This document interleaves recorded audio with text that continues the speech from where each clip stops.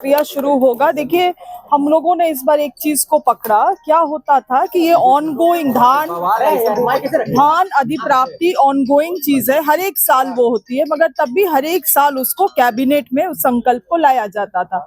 इस बार हम लोगों ने संकल्प को इस तरह से ड्राफ्ट किया है कि हर एक साल उसको कैबिनेट में लाने का आवश्यकता अब नहीं पड़ेगा, जिसके वजह से जो देरी होती थी अब वो देरी अगले साल से नहीं होगा। इस साल का धान अधिप्राप्ति 15 दिसंबर से शुरू होने को है।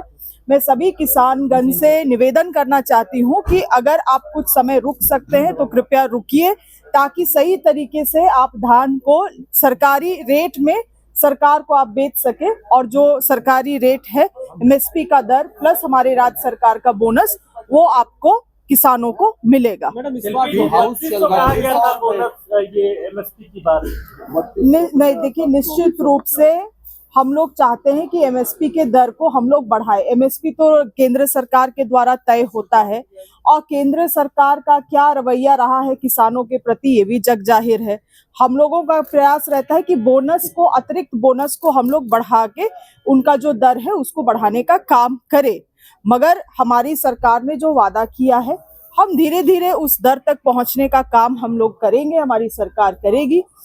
किंतु बात ये भी उठता है कि आज देखिए, सबसे ज्यादा समस्या कहाँ आती है कि किसानों को प्राइवेट में बिचौलियों को भी धान बेचना पड़ता है, क्योंकि जो स्टोरेज कैपेसिटी है किसी भी सरकार, चाहे केंद्र सरकार हो राज्य सरकार हो, स्टोरेज कैपेसिटी उतना नहीं है। तो कुछ हद तक, और धान इतना ज्यादा हुआ इस वर्ष, तो उनको बेचना ही बेचना है। यही जगह अगर केंद्र सरकार जो लगातार किसानों का मांग रहा है कि एमएसपी को अगर लीगलाइज कर देती, कि प्राइवेट में भी अगर आप खरीदिएगा तो सरकारी दर से ही खरीदना है, तो कितना भलाई आम किसान का हो पाता।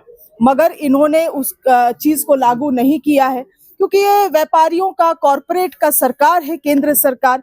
तो मैं चाहती हूँ आप मीडिया बंधुओं, ये जो सवाल है एमएसपी को लीगलाइज करने वाली सवाल, ये भी आप बीजेपी के लोगों को पूछने का काम करें। बगल में बीजेपी के लोग बैनर लेकर कंटेस्ट करने वाले हैं मैडम, बगल में